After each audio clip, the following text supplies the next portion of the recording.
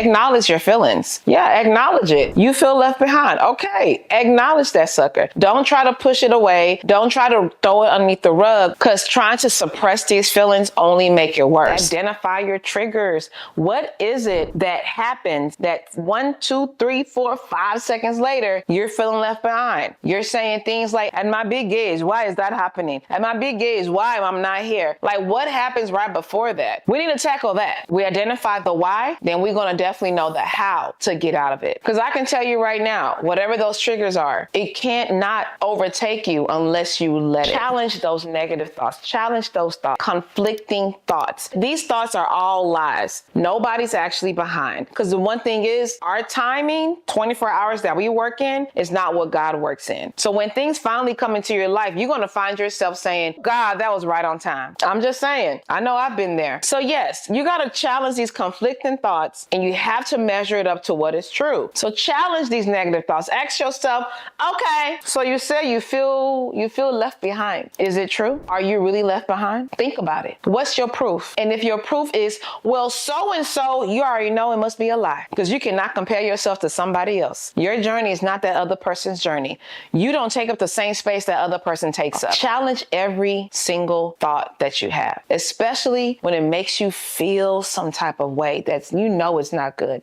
Anxious, anxiety, depressed, sad, angry. Challenge those thoughts immediately. Ask yourself, is this true? What is your proof? And when you realize it ain't true, immediately try to replace it with the truth, that of which is positive and edifying to you. Focus on your accomplishments. Now, a lot of times we feel left behind because there might be something that we want, or it might be somewhere that we want to be, and we're not necessarily there yet. I think it's important in those moments, flash back yourself to the things you prayed for before and God answered it, to where you were before and look where you are now. Focus on what has been answered by God. Focus on what has been accomplished by your hands, through God, of course. Focus on how far you come. Focus on what you do have. Focus on what has been completed. You have to remind yourself of that. Always reflect on that, okay? Especially if you have the bad habit of comparing yourself to somebody else. We are all in this world to take up a certain space. And if you steadily trying to take up the space of someone else, you will never feel completely settled, because that's not where you're supposed to be. Come back to your own space and take up that space. While you're going to someone else's space, you're leaving your space vacant. Take up space. If you are comparing yourself to someone else, or even to your own self, it's not wise. I don't know about y'all, but I like wisdom. Wisdom lets you know what to do, how to do, when to do it, and be successful at it. So let's use wisdom, y'all. And it's really clear. The wise thing to do is to not let comparison rule you. Okay? So while we try to label ourselves as introvert, extrovert,